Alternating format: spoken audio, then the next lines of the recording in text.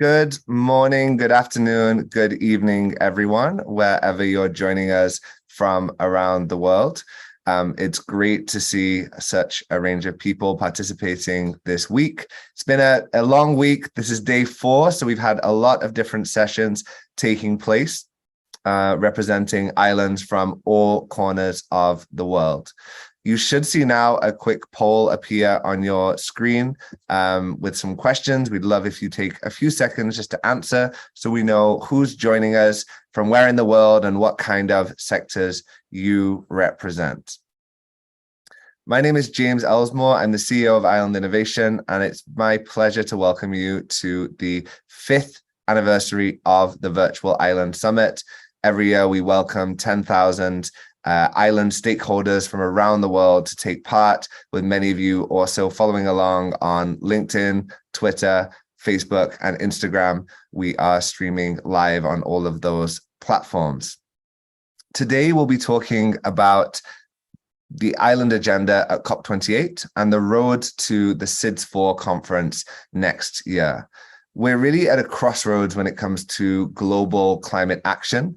And this is something that is critical not only for small island developing states, or SIDS, but also for subnational island jurisdictions. We'll be looking at how both of these different island jurisdiction types are engaging in the lead up to COP28 and onwards towards the SIDS4 conference. This is a very interesting session because we're having a range of speakers joining us from different island regions in different parts of the world to share how those different regions are engaging with these topics. And I can see in the chat that we have people joining from Mauritius, from Trinidad, from Guam, from the Azores, from Martinique, from Barbados, Cayman Islands. And if I look at the poll, we'll see about 42% of you from the Caribbean, as I suspected from the chat, but also people joining from North America, from Europe, from Africa. Less people from the Pacific, which I guess is not a surprise as it's pretty early in the morning there, but hello to everyone who's watching from the Pacific on the recording later on. Cape Verde, Galapagos, Comoros, fantastic to see the range of people joining just here in the Zoom chat. And then we have a pretty interesting mixture from NGOs, academia, government and private sector, and a range of different sectors, which is all fantastic. Before I introduce our keynote speaker, I wanted to tell you a little bit about Island Innovation's own goals towards COP28. You'll be hearing some more about that shortly. And you should see a link appear in the chat where you can sign up for our update. So every year, Island Innovation runs the Island Voices at COP28 platform, which this year is bigger and better. We use this platform to collect information from island communities around the world that are engaging with the COP28 to be a central portal for information about all the different events, all the different announcements and programs happening that are of relevance to island communities. So with this Island Voices platform, we create a daily bulletin where we share more news and information, and we'll encourage you to sign up and follow along to keep updated about all the different events and programs that we are running at COP28 in Dubai.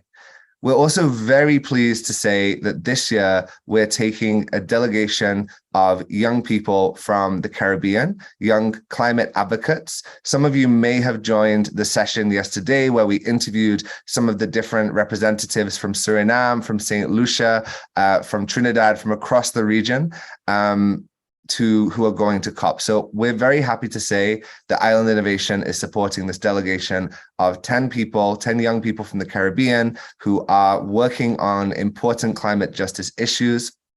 We've given a training program over the last few months, which included representatives from every single CARICOM nation, and we will be supporting them to go to the COP, to learn about the programs, to really take action there, but also to get tools, information, and connections that they can use to continue their work and advocacy when they return home. So you'll also find a link if you're interested about that in the chat. And if you're following that along, I would encourage you to watch yesterday's session where we spoke more about that program. And then finally, we'll also be having a great announcement about our partnership with Climate Action for the Island of Hope stage in Dubai as well. So we'll have some speakers coming up to tell you more about that. And Island Innovation is very happy to be working with Climate Action on that program later in this session. So with that, I would like to welcome our keynote speaker to turn on the camera. We're very happy to have Dr. Jean Leon, the president of the Caribbean Development Bank, give us an opening address this morning. The CDB is doing some critical work around climate and finance in the region. And so we're very pleased to hear from you, Dr. Leon. Over to you, and thank you for joining us.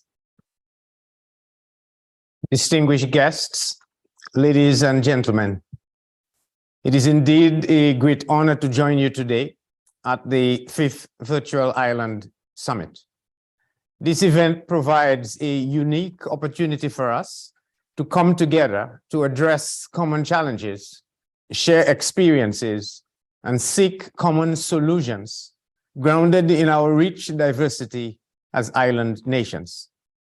Around the world, island nations share a common destiny as we face the most pressing challenge of our era, climate emergency.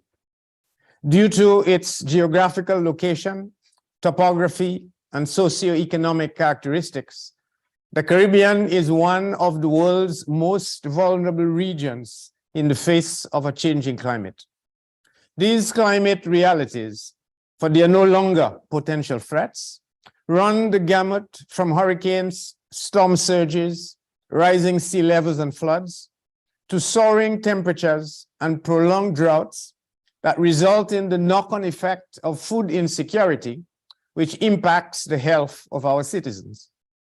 Much like other island regions, the Caribbean anticipates a sea level rise of over 1 meter by the beginning of the 22nd century. This, ladies and gentlemen, is not far away. 1 meter of sea level rise will place numerous coastal towns and cities at risk of submersion. Yet, amidst these vulnerabilities, each of these islands possess a unique history and grapples with distinct social and economic challenges, rendering each one a universe unto itself. Therefore, building resilience to climate change is critical, and these nations must collaborate and exchange knowledge from their experiences.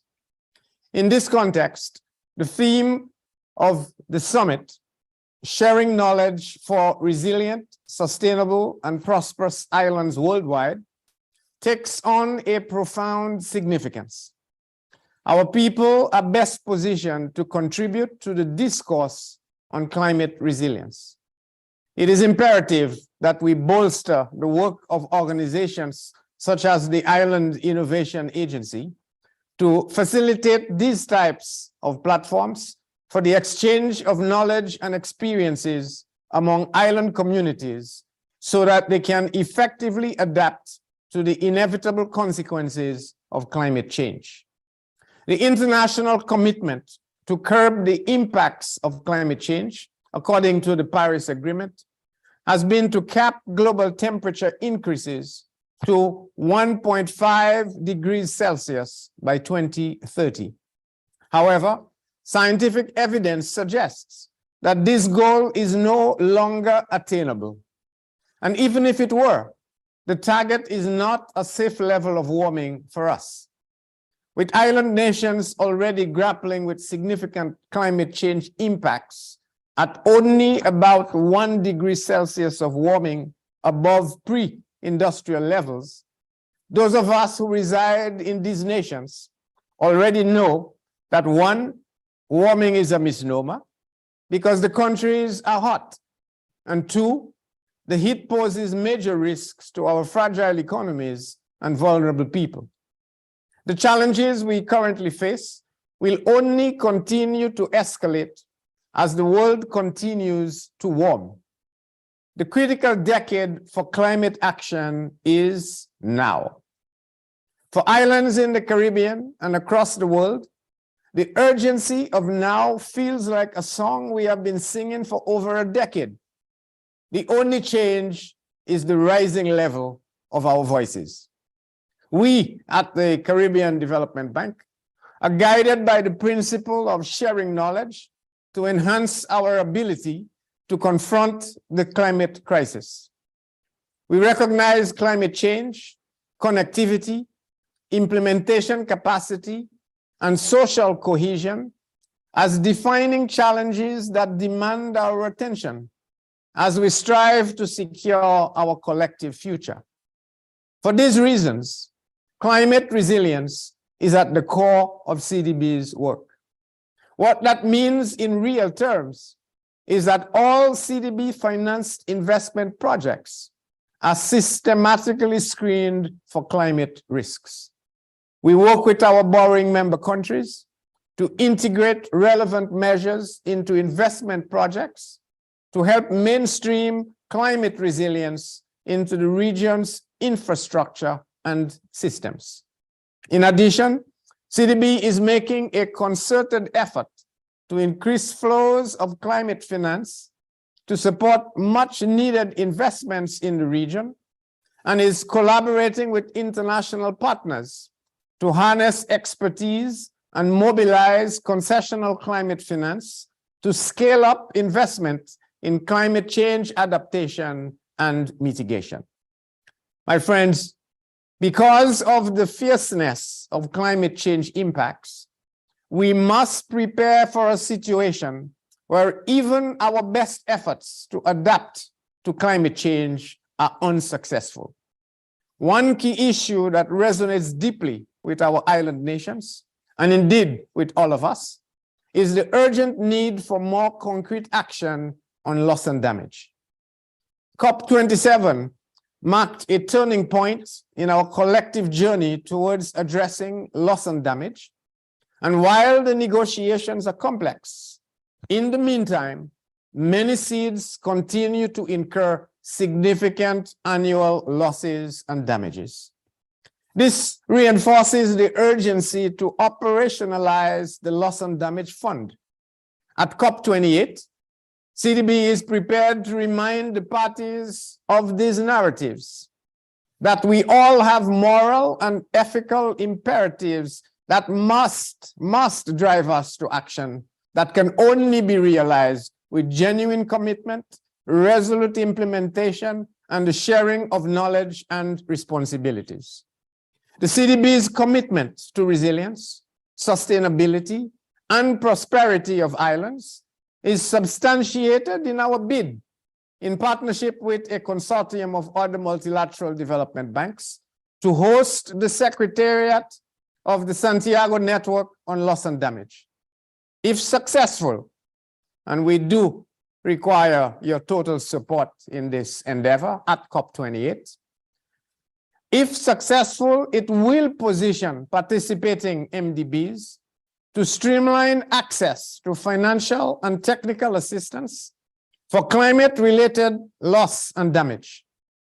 A Santiago Network Secretariat hosted by CDB and its partners will leverage collective knowledge, networks, and resources to provide direct on-the-ground support to the world's most vulnerable regions.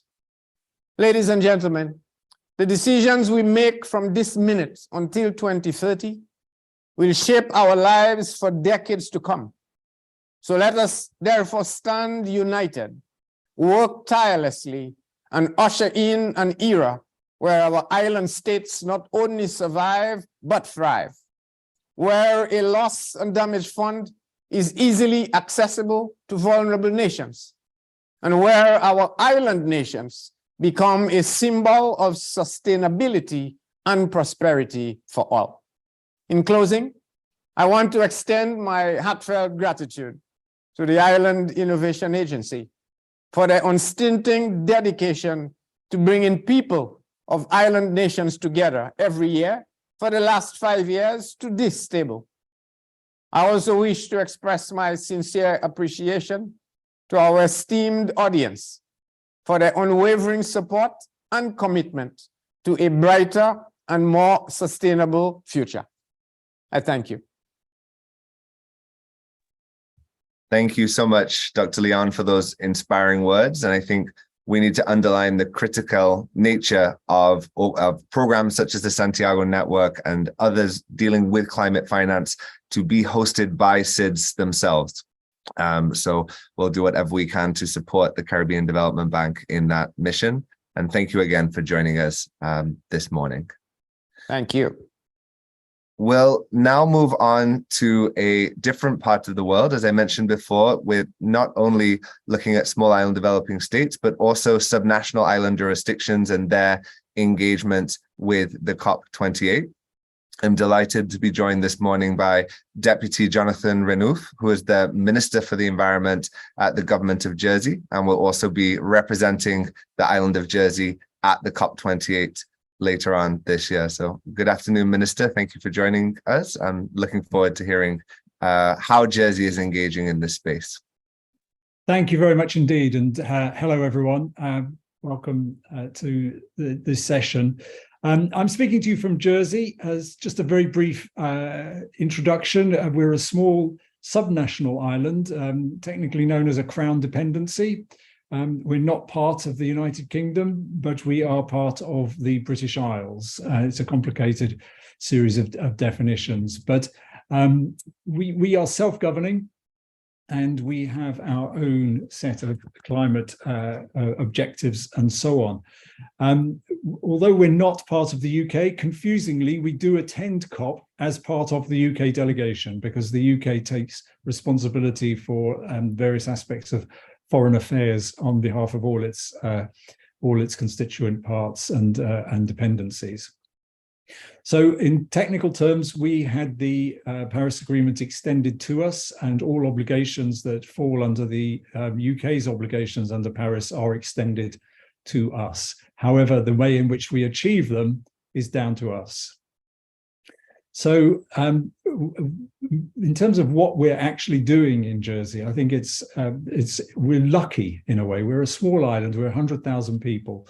We have a close and dense-knit relationship with the community here. So we are able to move relatively quickly. We're able to test things, put things in place, and do things in a way that perhaps larger jurisdictions are not quite so able to do. So in terms of how we've reacted to the climate emergency, a climate emergency was declared in Jersey in 2019 through a backbench proposition, in fact, that was brought in our state's assembly. So it was not a government proposition, but it was overwhelmingly supported by the Jersey State's Assembly, which is our parliament. This was followed by a citizens' assembly on climate change in 2021, and that was made up of 45 randomly selected members of the public. They met over a series of sessions in early 2021. They were addressed by various expert speakers, and they came up with a series of recommendations that were presented to the State's Assembly, our parliament. And those citizens' assembly recommendations then fed into a carbon neutral roadmap, which was agreed by our whole assembly in April 2022. So we have a good basis for going forward, and we have set out an emissions reduction trajectory with the aim to reach net zero by 2050 with a target of 68% reductions by 2030. So as I said, the fact that we're a relatively small government and close to the community with an ability to react and move at pace means that we have been able to put in place quite a few measures, if you like, to tackle climate change. And we've done, we have a set of incentive schemes to encourage decarbonisation. Jersey's, essentially, its carbon emissions are dominated by transport and home heating. Those two sectors account for the overwhelming majority. We are very lucky in the island in that we have a decarbonised electricity supply. Our supply of electricity comes almost all via an interconnector to France, which is relatively nearby. That supply of electricity is decarbonised. It's something like 75% nuclear and 25% hydro. So we have a decarbonised electricity supply. Therefore, our task is relatively, in principle, simple. We simply have to electrify transport and home heating.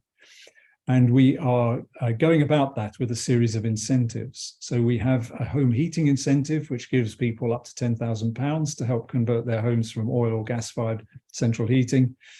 And we have a series of measures in the transport sector, ranging from support grant schemes for electric bikes, electric vehicles, and an incentive scheme for shared vehicle ownership. So we're doing a series of measures, which I like to think of as kind of full spectrum.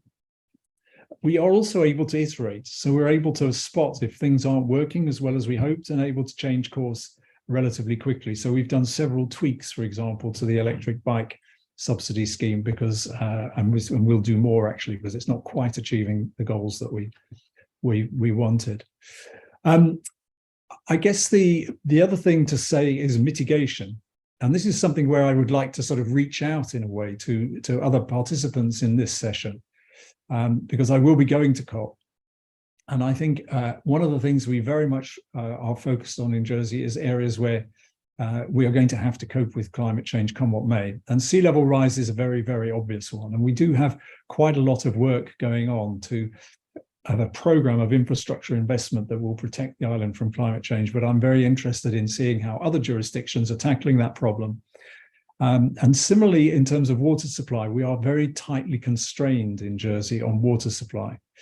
And therefore, we are embarking at the moment on a new water strategy for the island, but it will involve, in all likelihood, making use of wastewater and so on. And again, I'm very keen to reach out to people who have experiences in that area and might be able to meet and talk or make contact virtually through to do that. The other thing I suppose to talk about is that we have a vulnerability to rising sea levels, but we also have a dependency on imports. We have a unique biodiversity, and we have opportunity presented by the marine resource that surrounds us. So there are issues there that are quite interesting to Jersey. We are the most southernmost point of the British Isles, more further south than any part of England. Therefore, we are, in a marine sense, we're on the front line in terms of the warming that's happening. So the effects on the marine environment are felt in Jersey before they migrate further north, because we are in this more southerly position. So again, there's interesting work we're doing there to try and understand the developments in the marine environment. And again, I'd be interested in making contacts with people in that space. So in summary, to summarize, I guess the two areas which I'm most interested in sort of as we move forward towards COP in sort of pushing forward in terms of my own involvement and so on is contacts with islands facing similar challenges, whether that's around coastal resilience, waste management as well. I haven't mentioned that, but that's another significant issue, slightly off the climate agenda, but nevertheless very significant for us, and water resources.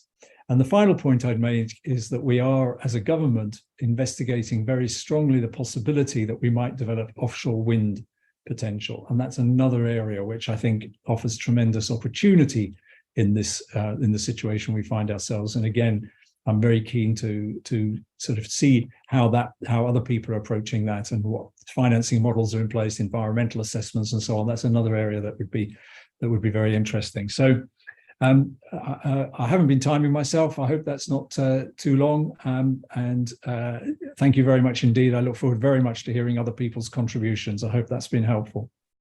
Thank you very much, Deputy Renouf, for that overview. Definitely very helpful. And we appreciate you joining us here this morning to share more about Jersey's ambitions and goals, and look forward to working with you towards COP28 later this year. With that, I would like to invite Nick Henry and Gurjit Lally from Climate Action to join me on stage. We're very excited to this year be working with Climate Action towards their program for the Innovation Zone, and specifically the Island of Hope later on this year. And Nick and Gurjit will join to share a little bit more with you about the program and about their goals for this exciting initiative. So Nick, first, over to you. Thank you very much, James, and good morning, afternoon to everybody. It's a pleasure to be joining you here from London. As James alluded to, we're incredibly excited to be working with Island Innovation under SDG 17, which is partnerships, to, I think, create a really important, very timely and critical spotlight on the role of loss and damages sort of at COP28 and hopefully fill a very important gap and very timely gap given the outcomes of COP27 last year and the reality that it may take many years for the outcomes of loss and damages agreement from last year to create positive impact for those regions and climate vulnerable nations that are most affected. So for those of you that don't know climate action, we have been convening large scale events, and namely the Sustainable Innovation Forum. And for the last 2 years, the Climate Action Innovation Zone at COP, which was launched at COP26 in Glasgow. Last year, the Climate Action Innovation Zone attracted just under 7,000 delegates, just next to the Blue Zone in Sharm el-Sheikh in Egypt. Those delegates are a combination of state and non-state actors at a national and sub-national level, and private sector innovation and solutions companies and investors. So we refer to that as our innovation ecosystem, which has been built up over the last 16 years, which we believe can play a critical role in addressing the challenges which this event is talking about for the small island states, island nations, and the climate vulnerable regions. So I have a very short video to play, which I think will speak thousands of words, which will explain the vision for this year's Climate Action Innovation Zone. And then I will just talk for a couple of minutes before introducing Gurjit, who's our project director. COP28 is a milestone moment for us to take stock of progress on the Paris Agreement. Our world is running out of time to limit global temperature rise to 1.5 degrees. We have a narrow window of opportunity to deliver transformative climate action and can supercharge our collective response to the climate emergency through radical collaboration, leadership, and innovation. The Climate Action Innovation Zone will be an inclusive centre of gravity for the innovation ecosystem at COP28, running between the 4th and 8th of December in the Madinat Jumeirah Conference Centre, one of Dubai's most prestigious and accessible event venues. The Innovation Zone will bring together key stakeholders from business, policy, and finance to highlight the positive actions, pioneering innovations, effective partnerships, progressive policies, and inspirational leadership that will enable us to move further, faster, together. This year's Innovation Zone will feature an exhibition of climate solutions, the immersive climate action stage, the Deep Dive Climate Challenge Lab, the exclusive Climate Leaders Lounge with workspaces and meeting rooms, the Climate Knowledge Hub, hosting our flagship forums, plus conferences and side events convened by our partners, as well as workshops, roundtables, dinners, and networking receptions. Continuing the legacy of impact-driven initiatives, this year we will unveil the Island of Hope, harnessing innovation and partnerships to secure a sustainable future for small island states and climate vulnerable regions at COP28. Join leaders from business, policy, and finance to drive climate action at speed and scale in the Innovation Zone at COP28. Let's go further, faster, together.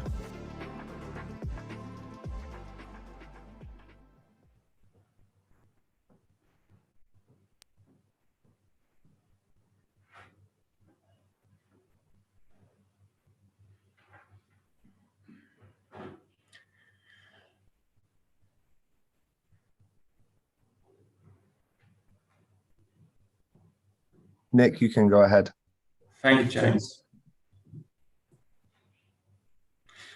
So as that video explains, the Island of Hope is going to create an immersive, compelling platform for knowledge share, exchange of connections between investors, policymakers, and most importantly, solution providers, which we think is going to be a critical component to the success of COP28. And we are extremely excited about this partnership with Island Innovation, who will be programming a whole 5 days of the Island stage, which we will then be live streaming globally and also through our own community to 140,000 subscribers to the Climate Action platform. So, I'm going to hand over now to our project director, Gurjit Lally, who's going to give you a little bit of a flavour for what this Island of Hope will be doing in more detail, and the opportunity for engagement from governments and private sector stakeholders and NGOs and investors, which are the key 4 audience groups which we hope to convene. So thank you, James, and thank you everyone for your interest and attention. And I'm going to hand over to Gurjit now. We're both in the same room, so hopefully this muting will work as I hand over. Looking forward to seeing everyone at COP28. Thank you very much, Nick. And it's great to be here at this summit. Thank you very much to the team for welcoming us. The Island of Hope, as you saw in the video, is Climate Action's dedicated, not-for-profit impact initiative with a singular mission to take pressing climate challenges that directly affect island states, coastal regions, and oceans. This is our main subject of area that we want to focus on, and how we can help these regions that will be deeply affected by climate change challenges. The areas that we want to focus on is how do we accelerate climate adaptation and resilience in small island states, island nations, and climate vulnerable regions. How do we unlock finance to enable climate vulnerable regions to take anticipatory action? How do we scale up ecosystem adaptation and restoration? And how do we create climate jobs which enable gender equality and promote a just transition? And probably one of the most critical parts of all of this, how do we mobilize investment, innovation, and policy to protect these vulnerable ecosystems? At the heart of Island of Hope is our belief that to foster collaboration and to drive meaningful change, we need to bring a diverse range of people together from different areas of expertise, where they can share inspirational stories, engage in open discussions and debates, and craft a clear action plan that drives towards a sustainable and progressive future. So in order to do that, Climate Action will convene over 2,000 global leaders ranging from NGOs, government representatives, businesses, and finance. This diversity of thought is instrumental in order to find innovative solutions for the complex challenges posed by climate change. Our 5-day program is designed to be comprehensive and impactful, with a special emphasis on making it accessible to a global audience. All of our content will be live streamed, ensuring that valuable insights and discussions are available to everyone. You saw in the video where it's situated in the heart of Dubai. Our Island of Hope is not just a metaphorical hub of sustainability, but a tangible one. It is powered by solar panels and strictly adheres to a zero plastic policy, embodying our commitment to environmentally responsible practices. The Island of Hope will host an impressive island stage where you can share your inspirational stories and engage with the community. And we're delighted to announce that we'll be creating content in partnership with Island Innovation, ensuring a rich and diverse program. Our Innovation Expo area is a unique opportunity to showcase solutions dedicated to addressing the challenges faced by island states, coastal regions, and oceans. Additionally, we offer private meeting rooms to facilitate more in-depth discussions and debates, creating pathways to concrete climate action.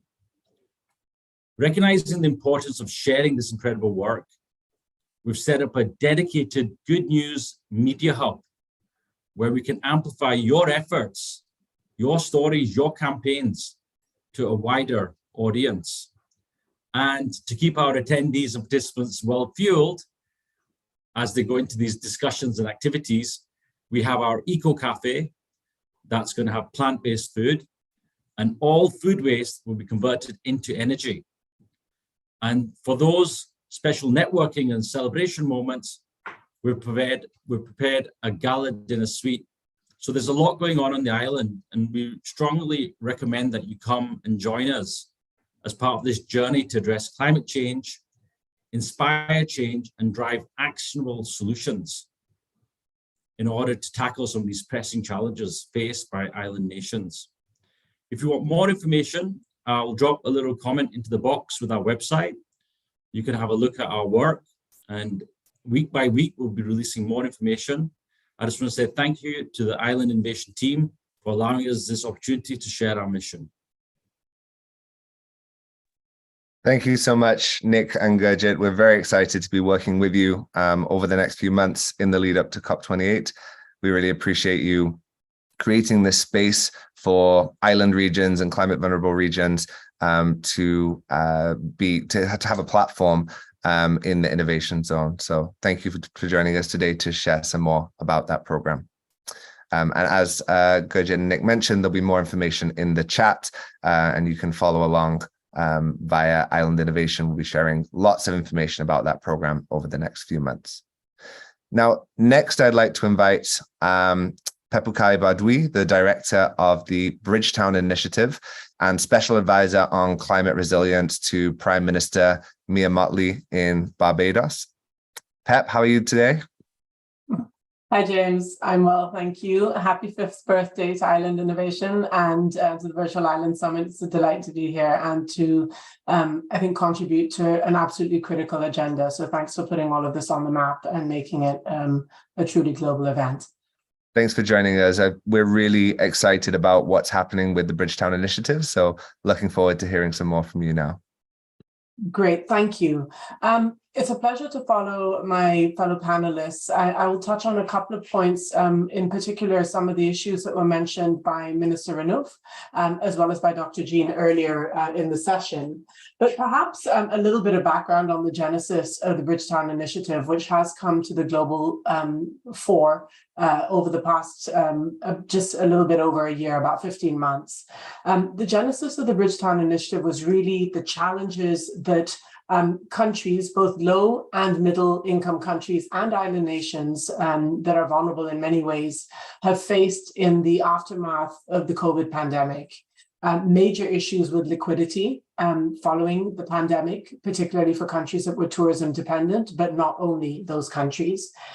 Also recognition that there are challenges facing developing countries in relation to how the multilateral development banks, or the MDBs, are currently structured, how much money they give to which countries for what purposes, how they measure debt, how those monies are spent, how money is used to execute projects on the ground, but also a recognition that while countries are facing major issues with climate change, there are many others that are still struggling to meet the Sustainable Development Goals. So this joint issue of climate and development in the context of the global financial architecture was brought to the fore. Over the past several months, the Bridgetown Initiative has evolved to look at issues that are more pertinent at the moment, and we're developing a Bridgetown 2.0 document, drafts of which have been circulated. Bridgetown 2.0 extends the original Bridgetown points to focus on a number of very specific initiatives or very specific challenges. And those relate clearly to what has been raised on this panel thus far. Issues of how do we finance climate change mitigation, particularly in smaller countries, be they island nations or landlocked countries or coastal countries, given challenges of scale. It's very difficult to attract the capital that we need in an affordable manner, and even to attract interest from developers, be those domestic or international, when the scale of the opportunity is small and there's tremendous competition for renewables, be that access to new battery storage technology or access to developers doing offshore wind, when we are competing with countries that have tens of thousands of megawatts under development. So that's one of the major issues. I think the second major challenge pertains to adaptation. And again, that's been brought up by previous panelists. Adaptation, not just in the form of sea defenses and coral structures, not just in the form of more resilient rooftops, but some very basic critical issues that are related specifically to islands. For instance, water. How do we deal with water losses in countries where replacing mains would cost hundreds of millions of dollars over many, many years? And that is money that cannot be spent on other critical imperatives.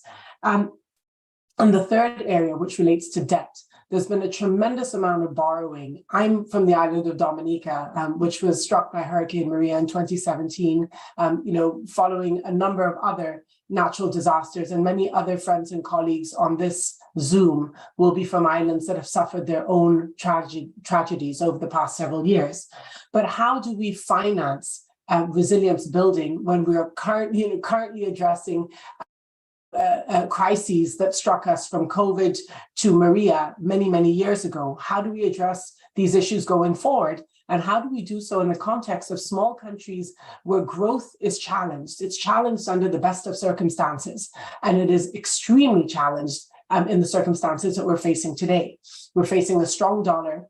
We're facing tremendous competition from tourism destinations, and we're facing brain drains. We're facing the prospect of many of our youth leaving the country, and those youth are the ones that could innovate and help us grow and develop our economies. So these multitude of issues, I would say the trifecta of debt to finance our development pathway, the need to finance adaptation, the need to address mitigation, I think that's the crux of the challenge. However, as mentioned earlier, issues related to how MDBs work, so the MDB reform agenda, issues related to how we attract private capital in an affordable way, and a final major challenge, which I think pertains not just to island nations, but to many developing and emerging markets around the world, which is the global trade system. We are historically exporters of goods, of raw materials, and importers of extremely expensive refined products, of services. How do we reform and change the global trade system so that islands are not just at the behest of larger countries and subject to the whims of the trade system? So what are we expecting going into COP? I think not very different from what's been discussed up until now. Loss and damage is absolutely critical, but we don't want to get to the point where we are reliant on loss and damage to address our issues. I think we need to take our own destiny into our hands, and that means developing pathways that are both sustainable and resilient to climate change, but sustainable, again, given the challenges that island nations are uniquely facing. Now, how do we finance that? How do we finance adaptation when many of our island countries are considered middle to high income? On a per capita GDP basis, it looks like we're rich. It looks like, we can afford anything. And objectively speaking, if we are comparing many of the island nations, at least in the Caribbean, some in the Pacific, to the challenges of low and middle income countries in Africa or in South Asia, it really does look like on paper, the many issues that we have to face. But in reality, given the cost of labor, given the cost of, imports, and as I mentioned earlier, given the very limited scale, it's hugely challenging. So I think we need to shine a spotlight on the adaptation agenda and to be very specific that this is adaptation in water. This is adaptation in coastal and river defenses. This is adaptation in rooftops. This is adaptation in our health and education systems. There are many, many challenges that we need to address. And I fear personally that if we only focus on mitigation, which is absolutely critical, but again, in the context of island nations where our emissions are relatively low, adaptation gets lost in the noise. And then when we turn to mitigation, I think we have some very, very specific asks. How do we transform our energy systems, which again, in many cases are very small? In Dominica, the power system is maybe 20 megawatts peak. In Barbados, we're looking at 250 to 300 megawatts on a good day. Those are tiny systems in islands which have plentiful wind and plentiful solar energy. And in some cases, we have geothermal and hydropower. Why is it so difficult to get from 10, 15% renewables penetration to 100%, which is what many of our island nations have committed to? Why? Well, in some instances, the policy and regulatory environment is challenging, but in most cases, as I mentioned earlier, it's an issue of attracting the capital at an affordable level at the speed that we need to hit the 2025, 2030, and 2035 goals that we've all set for ourselves.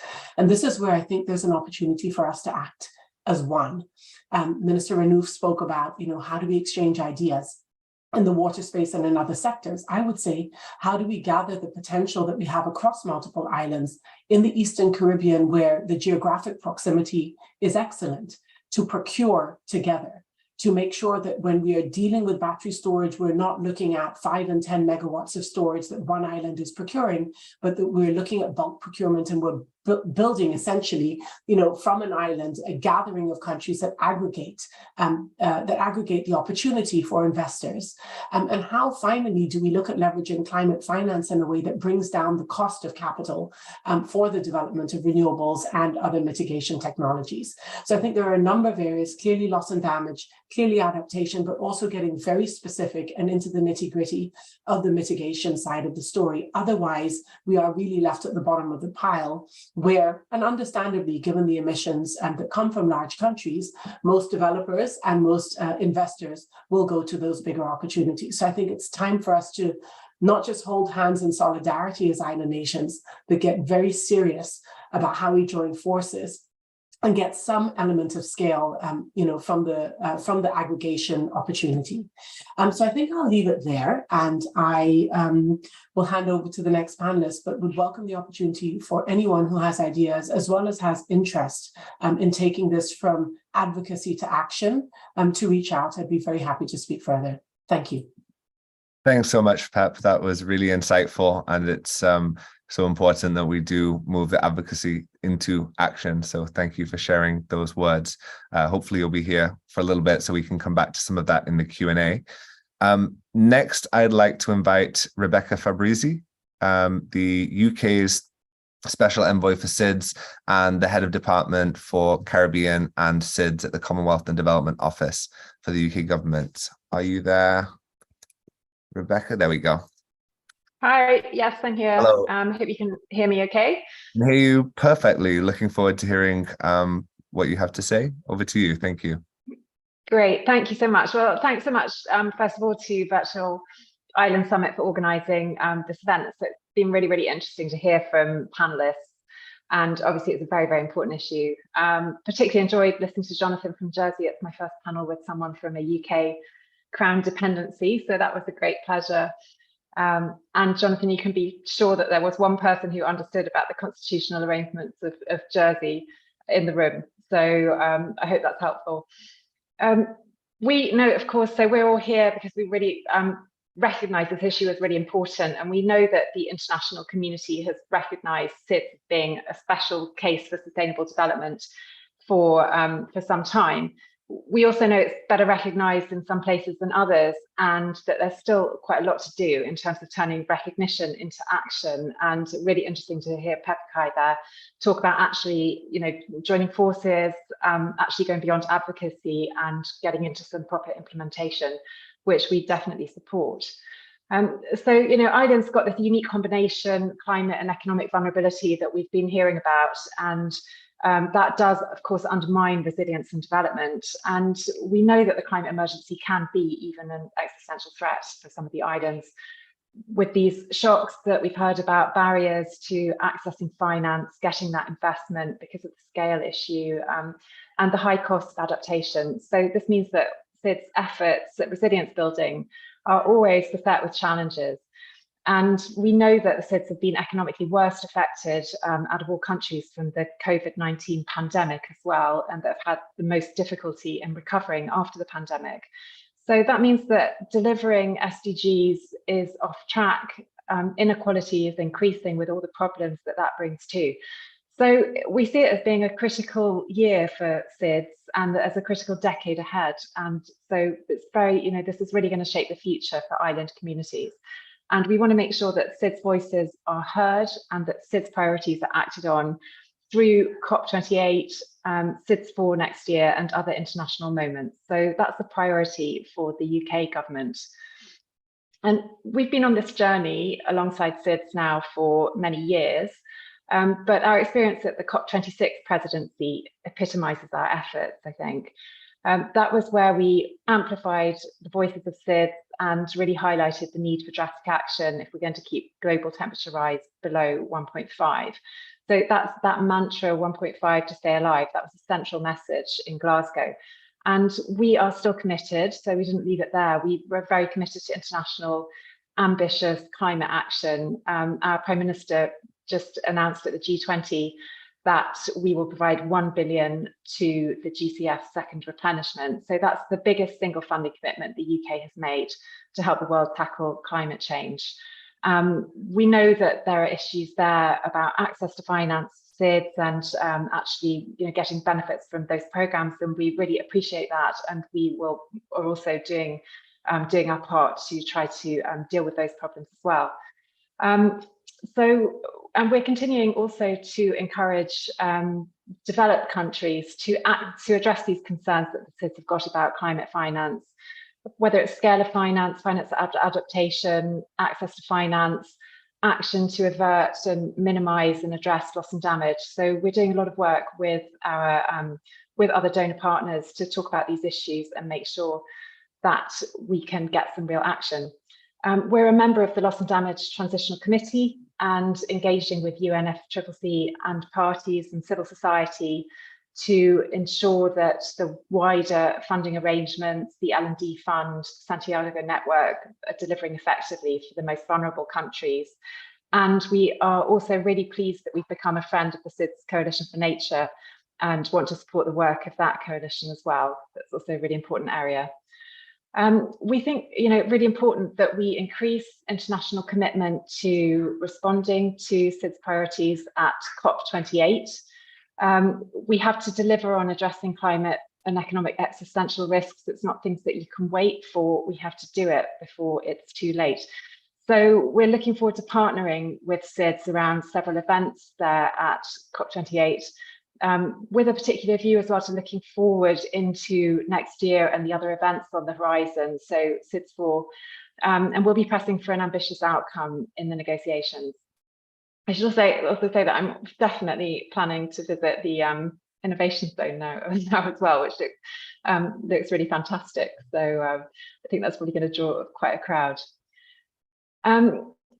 Just a word on the road to SIDS4 next year. So it's important that COP28 supports preparations for SIDS4, which will be in Antigua and Barbuda in May next year. We are very mindful that the UN SIDS conference is a once in a decade event, so it's important that we make the most of it. And SIDS4 is taking place at a unique moment, and there is an appetite for reform amongst international institutions. So it was great to hear from Pepakai about also about Bridgetown Initiative. There's been a good response to that. We've had the evolution roadmap at the World Bank as well, progress on the multidimensional vulnerability index and on loss and damage. So there's quite a lot of activity going on. And we want to build on this appetite and urge our partners to act. We're working to support preparations for SIDS4. This includes advocacy initiatives, also financial support. So we're putting in around about £1 million altogether in financial support there. We've been very active in multilateral fora. So we've launched and we're now co-chairing a task force of SIDS representatives and members of the Development Assistance Committee. And that's to deliver a new partnership between development partners and SIDS ahead of SIDS4. We work with our partners in AOSIS and with Canada to launch the principles for improving development impact in SIDS. We launched those at GPEDC in Geneva at the end of last year, and those seek to improve the quality and effectiveness of aid to SIDS through guidance for donors. And we're leading on the formation of a new global Friends of SIDS group as well, bringing together development partners and the SIDS to collaborate around these key moments so that we can deliver the recommendations of our call to action on SIDS access to finance as well.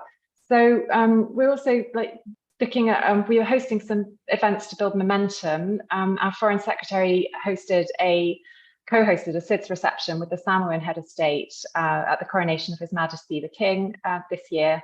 And that was to demonstrate our commitment to a really high ambition outcome from SIDS4 and to really underline that we prioritise SIDS and that we are really concerned to emphasise our support.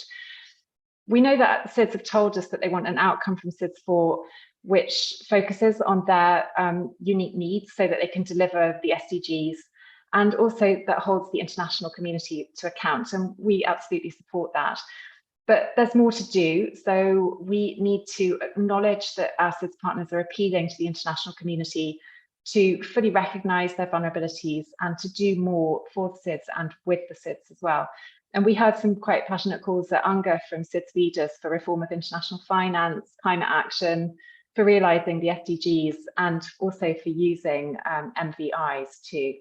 So the SIDS conference is going to be in 8 months. And that's not very long, and the SIDS definitely don't have time to wait. So it's very important that the international community steps up, takes that opportunity to agree transformational change.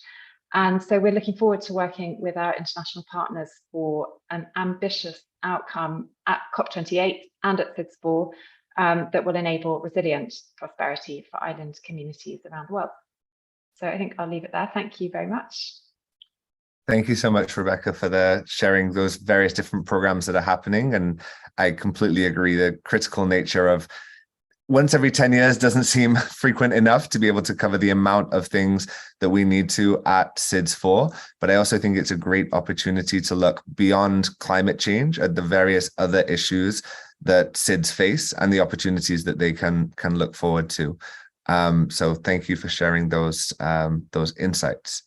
And last but absolutely not least, an expert on the SIDS4 process, Emily Wilkinson is the director of the Resilient and Sustainable Islands Initiative program at RESI. We're very happy to be a member of that network. And I will say some of the information, the recent webinars and policy papers that RESI have been putting out has been some of the best I've seen on the SIDS4 process and the role of SIDS in the COP negotiations. So we're really thankful for all the work coming from RESI that really adds some research behind some of the conversations that we're having today. So I'll share a link in the chat with some more information about that so you can see. But thank you so much for being here, Emily, and over to you. Thank you. Thanks very much, James. Thanks a lot to Island Innovation for inviting me to take part in this esteemed panel discussion. I wanted to cover two things in the next few minutes. I want to situate the upcoming meetings in the larger global geopolitical and economic context to really sort of understand what's at stake for small islands. And then I also want to highlight some of the critical enabling conditions that are needed to spur resilient prosperity in SIDS. So those two things. So looking ahead to COP28 in December and the SIDS4 conference next year, as well as the myriad of other events and meetings that will take place in between, I think we can look at this point in time as a critical moment for small island developing states, or what political scientists call a critical juncture. It makes a difference, the decisions that are going to be taken over the next few months to the next 10 years into the future of small island developing states. And I'm going to go very briefly into describing this panorama, just because the world is changing and it's making it more difficult for small islands to set their own agendas and to develop than it's ever been before. So I'm talking about geopolitical shifts that are occurring and that are undermining multilateralism. And multilateralism is a system which has favored SIDS. SIDS have been able to operate effectively because of their numbers in a multilateral system. So as we see that being undermined, that is going to pose serious challenges for the collective voice of small island developing states. The second point around sort of global shifts is the economic one. We are moving away from a more globalized, permissive economic system, which has certainly benefited small island developing states in the last few decades because they were able to exploit economic niches and generate foreign exchange in a way that allowed a fair number of them to actually have very high levels of development and hence move into a bracket where they're no longer actually eligible for official development assistance. So that more permissive global economic system is changing. It's going to make it more difficult to identify and exploit those niches. And the third sort of global shift, of course, is around environmental change. And as we know, SIDS are more rapidly and forcefully affected by climate change than any other group of countries. In the next 10 years, we're likely to cross this 1.5 degree global warming threshold set by the Paris Agreement. And that is going to have devastating consequences for SIDS in perhaps rather more the near term than we had originally hoped for. So the reason I'm pointing to this bigger global context is to really emphasize that this next 10-year agenda, which will be set out in Antigua and Barbuda next year, can no longer be business as usual. These are not favorable conditions, and small islands will need to focus as much on the enabling environment for their resilience and sustainable development as they will on their own domestic and collective priorities. So that's really critical. I think I wanted to outline a couple of what those sort of enabling environment conditions should be, because there is an opportunity now to set out in this agenda some very specific but ambitious demands of international organisations. But I think SIDS will also need to have a clear strategy for how they're going to achieve those demands and how they're going to convince the international community to concede to some of the demands, because there are skeptics out there, not anyone on this call or in this meeting, but maybe not everybody is so supportive of the agenda of small island developing states. So essentially some kind of global bargain or compact is going to be needed for achieving resilient prosperity in SIDS for the next 10 years. And I've been working with a group of researchers and analysts who are affiliates of the Resilient and Sustainable Islands Initiative, RESI, to identify 4 critical issues for this enabling environment around which a global bargain for SIDS can be built. The first one is around, the first part of the bargain is around aid effectiveness. So donors, including the UK, clearly want the aid system to work, but it's not working very well for SIDS, and that's because of their structural vulnerabilities. Number of these small islands are graduating, have graduated, or will soon graduate from being eligible for official development assistance, but they're still highly dependent on that assistance because of how they're affected by external shocks and the frequency and the intensity of those shocks. So a key ask needs to be around redefining eligibility for official development assistance, and the multi-dimensional vulnerability index, which Rebecca mentioned, is a critical tool for doing this. So identifying the characteristics of vulnerability and looking at those, as well as the income levels of countries to take decisions about whether they should be eligible for development assistance and for how long. The second part of the global bargain is around climate finance. Climate finance is actually supposed to target the most vulnerable countries, but it doesn't currently. SIDS are not receiving their fair share of climate finance. But it is a very important source of concessional finance, and SIDS do like the GCF, the Green Climate Fund, because of the amounts of finance that are available through the GCF and the concessional nature of it, grant-based, and also cheaper loans. But deeper reforms are needed to GCF and other funds to make them work better for SIDS, to speed up access and make it reduce the amount of kind of bureaucratic hurdles, and to help them to access programmatic finance so they can implement a pipeline of investments and build resilience. The third part of the bargain is around debt sustainability. Clearly, the IMF and others in the international financial system want debt to be managed sustainably, but SIDS are struggling to do so, along with other developing countries. And restoring long-term debt sustainability, which is also an important part of the Bridgetown initiative, which Pep mentioned, needs to be a focus, and there needs to be a focus on SIDS-specific debt problems, because they're maybe not the same as for other developing countries. And the reason why I say that is because recent relief and restructuring initiatives don't seem to have worked well for SIDS. They haven't been taken up by very many small island developing states. So there's something going wrong there. And the sort of long-term debt sustainability, the key is going to be on reducing the cost of borrowing and at the same time providing longer-term capacity support so that small islands can develop their sectors and economies and generate revenues and bring down the level of debt. So sort of longer-term reforms needed, and critically the issue around the costs of borrowing needs to be addressed. And finally, the fourth part of the global bargain is around climate and environmental justice. And we can see, the Paris Agreement, which is legally binding. We have this global commitment to ensure that this group of highly vulnerable countries that contributed little to climate change have resources available to cope when unavoidable and irreversible damages occur. So there is the opportunity to advance this agenda at COP28 in establishing the Loss and Damage Fund and the funding arrangements, but there's a long way to go. That's not going to be the end of it by any means.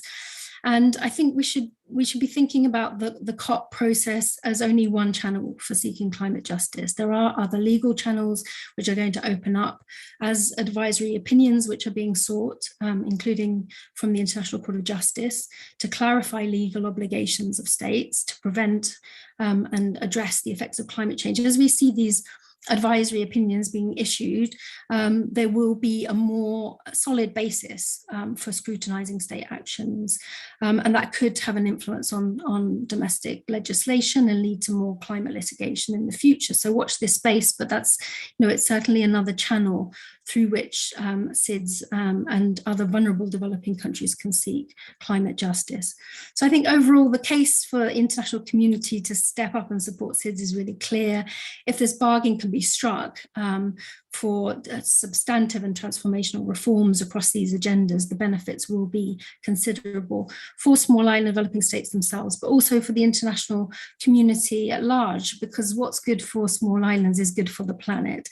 I think I'll leave it there. Thanks very much. Look forward to a discussion now. Thank you so much, Emily. That was a great overview and very important points to consider. Apologies for some of the messages in the chat. We've dealt with that.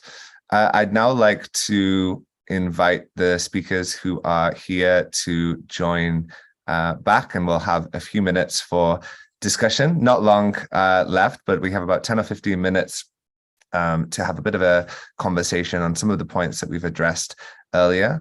And I guess to start off, and I'll open this to all of you, judging on the comments, not just here in the session, but that we've seen all week, there is a lot of pessimism in a way towards the COP process. We're now on 38, and people are frustrated at the process that is taking place. And I see that not only from people watching from afar, from the general public, but also from some of the negotiators themselves who are lacking that. So what are the signs that you see of hope? And as we're talking about the island of hope, I think it's important. What are the bright sparks that you see in the COP process, and how do we kind of ensure that we are continuing to make progress in the face of that pessimism?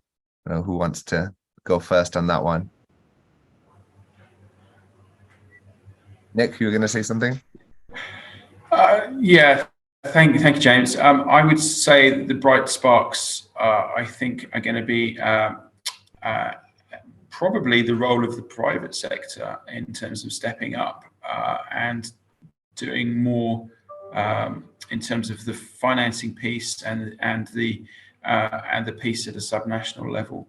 And also, I think the subnationals don't really have a formal role at COP. So I think the subnational stakeholders having a stronger voice and wanting to do more and being capable of doing more and actually striving and actually achieving more, I think is critically important.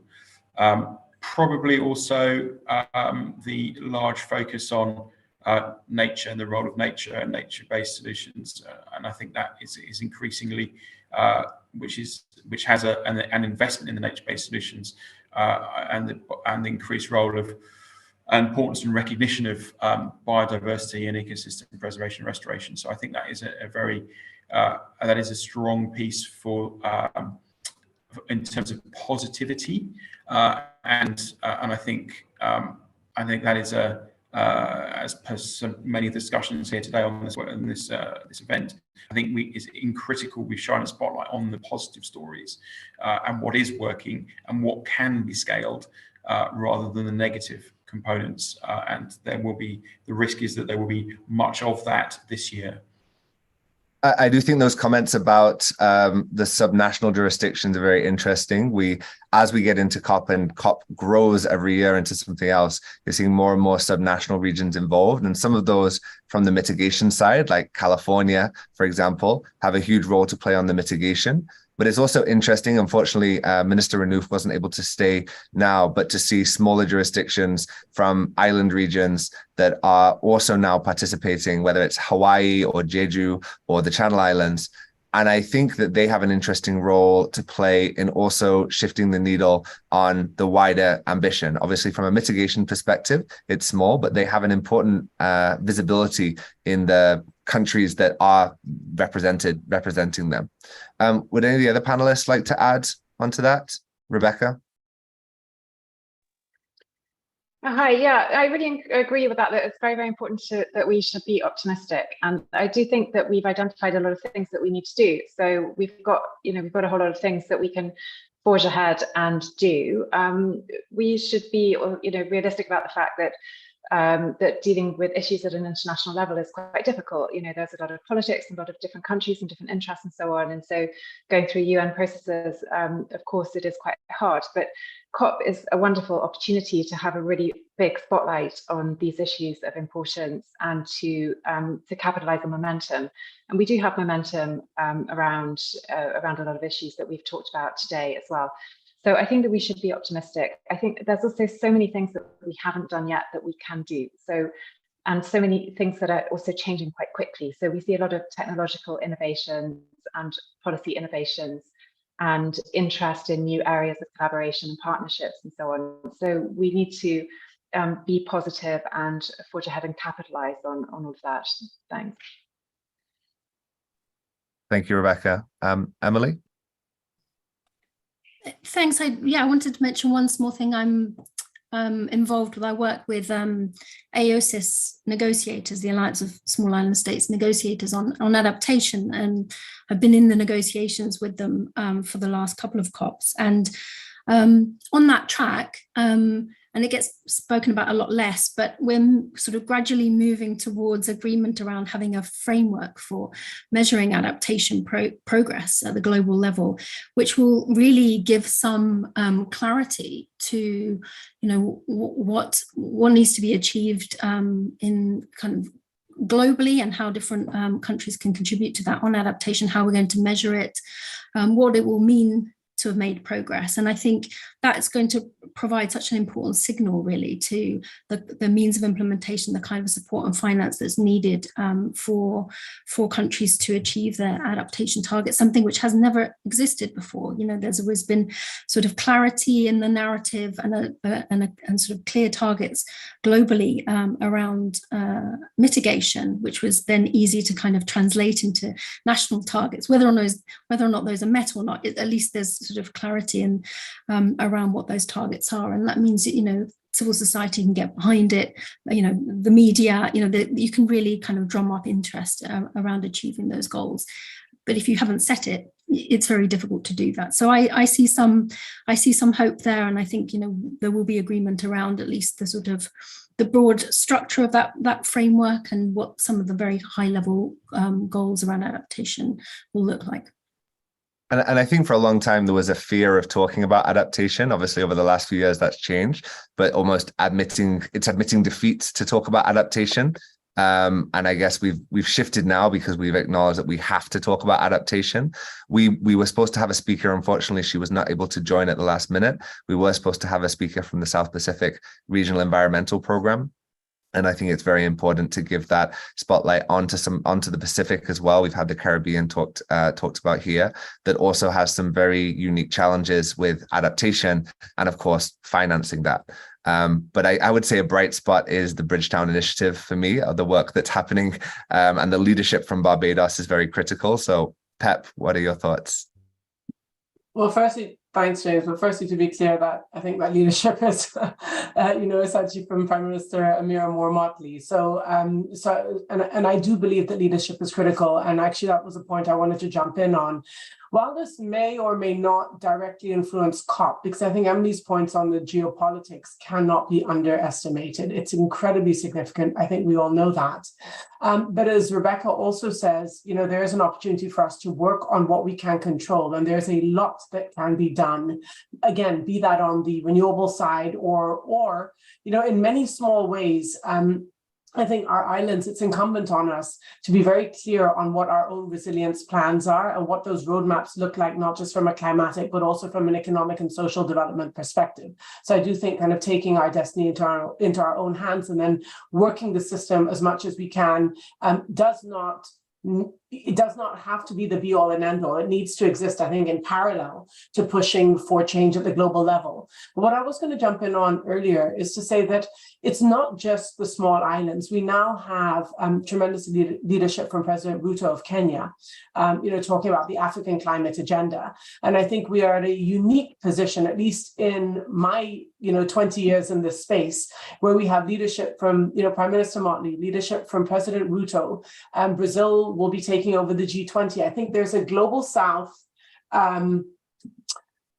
moment that's happening with tremendously visionary thinkers that maybe there's a chance for us to shift the needle. It may not happen quite at COP, and I remain optimistic for COP, but I think there's a momentum and a movement building that should not be taken lightly. The question is, can we stay that course, and how do we make sure that our agendas, as much as possible, coalesce and conflate, one into the other, so that we're speaking with one voice about the points that pertain to all of us. And then on the margins, of course, the story is different for a small island, versus a Democratic Republic of Congo. I think we have large ocean states, we have large green states. How do we make sure that, we allow for those differences while at the same time amplifying each other's voices? And I think that's where we have change. It's in the critical mass of the global South. And again, this is not to the exclusion of the Jerseys and the Guernseys and islands that are not in the global South, but I think that voice right now is particularly strong and potentially very, very powerful. Absolutely. And I think this alliance, one of the things that Prime Minister Motley has done so fantastically is build this alliance. I was very fortunate to interview Avinash Persaud earlier this year at our Island Finance Forum. And that really struck me as one of the points that he made, was that by building an alliance from the small island states to the rest of the global South and beyond, that's how one of the ways that Barbados has been able to elevate some of these issues. And I think what's really critical is some of these issues we've known about for a long time, 10 years, but being able to articulate them in the way that Prime Minister Motley does, in a way that communicates to a broader audience and to get world leaders on board with them is, I think, a huge hope. It gives me a lot of hope that there is a way to change this process, because we're talking about climate, but really there's also this wider financial conversation, which is so critical, and we can't separate them really, one from another. we'll have probably time for one comment from everyone else. So we can use this for wrapping up or reflection if there's anything else that you feel like you would like to mention or comment on. I'll just read a couple of comments that have come through. So there have been a couple of questions about the subnational regions. So someone asking, how do Bermuda, BVI, British Virgin Islands, and other subnational regions fit into this process? If anyone wants to comment on that. And there were also some questions about inclusion. So one of the challenges of this year is it seems for civil society, it's becoming harder and harder to get access to the COP space. This is something we've experienced with our own youth delegation that we're working with to make sure that they have access to the space. And it's definitely harder than it has been in previous years. And I'm hearing that from other members of civil society as well. So I will say one of the bonuses of our innovation zone is that we're outside the main UN space, and that enables us to ensure that we have a wider group of people to have access who may not have the UN pass. But I guess the comment there is around inclusivity and opportunities to actually participate in this process. There's an urgent need to include that, but what are some of the challenges that are happening in this system that seems to be becoming harder and harder for some groups to participate? So open floor for final comments. We'll start with you, Rebecca. Hi, yes, on just the question of some of the subnational inclusion, just on that point, I mean, we work closely I have colleagues in the UK government who are responsible for affairs around UK overseas territories, such as some of the places in the Caribbean and British Virgin Islands, Turks and Caicos and so on. And we work with them and also with the governors and governments there. So, and they are also part of the SIDS group if they wish to be part of the SIDS group. Some are, and not everybody, but also participate and can caucus with the SIDS group as well. So there's definitely an opportunity for participation, and they, of course, are sharing generally the same issues as the rest of the SIDS group. So there's an opportunity there to participate in all of these international processes. Thank you, Rebecca. Emily, do you want to go next? Yeah, I just wanted to also jump in and say something about the overseas countries and territories. There's certainly, we get asked a lot because we do a lot of research and work around access to climate finance. So we get asked this question a lot about how the overseas territories, what eligibility access do they have to different climate funds. So just to say, I can't give the answer to that right now, but we are doing a piece of work that's funded by the European Union looking into this, and we'll be producing a directory and an online tool so that all of the EU and UK overseas territories can look and see what kinds of projects they can get funded under which funds they're eligible for, and some support and knowledge sharing around that. So we'll be delivering that in the next few months. So please do get in touch if you want to find out more about that. That's work that ODI is doing. Thanks. Thank you, Emily. Nick, Gurjit, any final words and any comments about the Innovation Zone? No, just to reiterate, thank you, James, that registration is access and registration is free to the Island of Hope. And as you pointed out, green zone or blue zone badges are not required, and the location is effectively next to Dubai Marina, where many people will probably be staying. I think there's about 15 to 20,000 hotel rooms within about 1 or 2 kilometers away. So the main blue zone and green zone is around about 20 kilometers out of Dubai. So accessibility was one of our key strategic thinking points in order to create easy access on a daily basis. And as Gurjit already said, all of the content will be live streamed and available on demand. So accessibility does not necessarily required to be there in person. It is free to access from wherever you are for those that will not be traveling due to cost or the reluctance to get on an aeroplane for climate reasons. Thank you, Nick and Gurjit, for that. Looking forward to working with you on that. And I think very important that this content is made available. Pep, we'll leave the words with you. I will say we've talked quite a bit about overseas territories and countries that was not necessarily the intention to move the focus away from small island developing states. It just ended up with some cancellations and things. The makeup of the panel shifted slightly. So Pep, if you have a few minutes to wrap up on SIDS and especially how you see COP leading into SIDS4 and the high level goals from the Bridgetown Initiative, that would be fantastic. Thanks, James. And you know, what's interesting is that I don't think that in some regards, there are very many differences. In others, I think the similarities are tremendous. As I was mentioning earlier, the minister from Jersey highlighted points that he could have been talking about any of the islands I've worked on in the Caribbean. It's water, vulnerability, coastal, it's all the same. And so I think, that bifurcation is not necessarily needed. Look, just one point that I put in the chat, but I didn't mention, and I think is worth bringing up. And I wonder, and Emily, we can have this conversation offline. I do wonder what your thoughts are on this in the context of SID, is the debt issue. We are borrowing for reasons. We are borrowing, not necessarily to meet the SDGs in some cases, depending on our island nations, yes, but in many, many cases, we're borrowing in large part to address vulnerability. How that debt is considered on your balance sheet is really, really important, particularly for countries that are under an IMF program that require that you stay under that 60% debt to beat. When those countries coming out of COVID had their debt balloon because they had to cover, very basic costs of medicine, healthcare, of salaries, for people who couldn't work and basically make up that gap of tourism revenue. So you had countries that in the past may or may not have gotten control over their debt.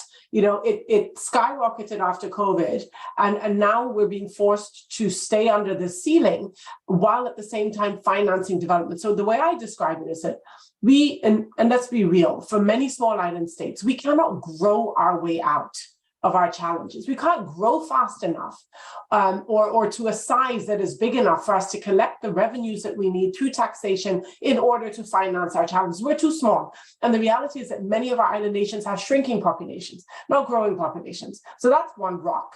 And then we have a hard place, which is we can't borrow our way out of this conundrum. So what are we supposed to do? Sink? We're just supposed to kind of put up with this. And I think this is where the push from Bridgetown and from other initiatives that are supporting this call for a different way to think about debt. There's a challenge of debt forgiveness or a push for debt forgiveness. But I think, very simply, what we're saying is that we need more money. It needs to be lower cost, particularly for the middle to high income island nations and countries that still need to borrow for vulnerability, but cannot borrow on either concessional terms. We need to start to reduce that cost of debt significantly, and we need longer term debt. So borrowing at 5 and 6% over 20 and 30 years is very, very, very different in terms of your ability to afford this versus borrowing at 2% or 1.5% over 50 years. Many countries can afford that because you're spreading the payments. Yes, there's more interest over time, but you're spreading the payments on an annual basis. You can service that debt. If we look at 40, 50, 60% of your debt, maybe 70% in some countries related to climate change, we need to think about how we are scoring that debt on the balance sheet in order to create further headroom. And so what I would say kind of going into SIDS4 is, let's think about the agenda in practical terms. I mentioned it earlier, I'm going to say it again. I think we need to move away from advocacy to being very what it's going to take. For me, there's specific asks on debt, there's specific asks on adaptation. Again, if we kind of break that down by sector, and for the sectors that are tricky to finance, very, very tricky to finance, like water, but must be dealt with. And then finally, on the issue of, let's not call it mitigation, let's call it energy transition. Let's be specific about what it is that we need, what instruments already exist, and how we must capitalize on them. I realize I've now gone over time, but I think my last word is specificity. Thank you so much, Pep. And I think we could continue this conversation for much longer. I know it's already been a long session, but Christian is messaging me to say he has to get ready for the next session. So we'll have to wrap up there. But I think your points are critical. And sometimes I think that the big opportunity with SIDS4 is looking at SIDS development beyond climate, not to ignore climate, but thinking about all of these big picture development issues, which sometimes get sidelined in the SIDS countries because the focus is entirely on climate. And we have to remember that the citizens of SIDS, just like everyone else, want to know about healthcare and education and all these other issues which affect their daily lives, which is critical. That was such an informative panel. Thank you so much to all of you. And I'm looking forward to continuing this conversation over the rest of this week, and also in the lead up to COP28 itself. As a reminder, we've shared a link in the chat where you can sign up for the updates from Island Innovation side on these different programs that we are working on, including the Island of Hope. In 30 minutes, we will be having a session on island sustainability and the circular economy, which will be a very informative session, including with our sponsors, the Caribbean Biodiversity Fund, who do a lot of great work in that session. So I would encourage you to join that. And just a reminder, if you haven't heard already, Island Innovation has announced its in-person conference taking place in May next year, in partnership with the government of Prince Edward Island in Canada. So we have a special super early bird discount available to Virtual Island Summit attendees. So check the chat, check your email for more information about that. But it'll be a fantastic opportunity for those of you to join Island Innovation in person in Prince Edward Island to discuss climate development, energy, and much more. So with that, thank you to our speakers again. Thank you to the audience for the great input, and have a wonderful rest of your day. Bye-bye. Thank you.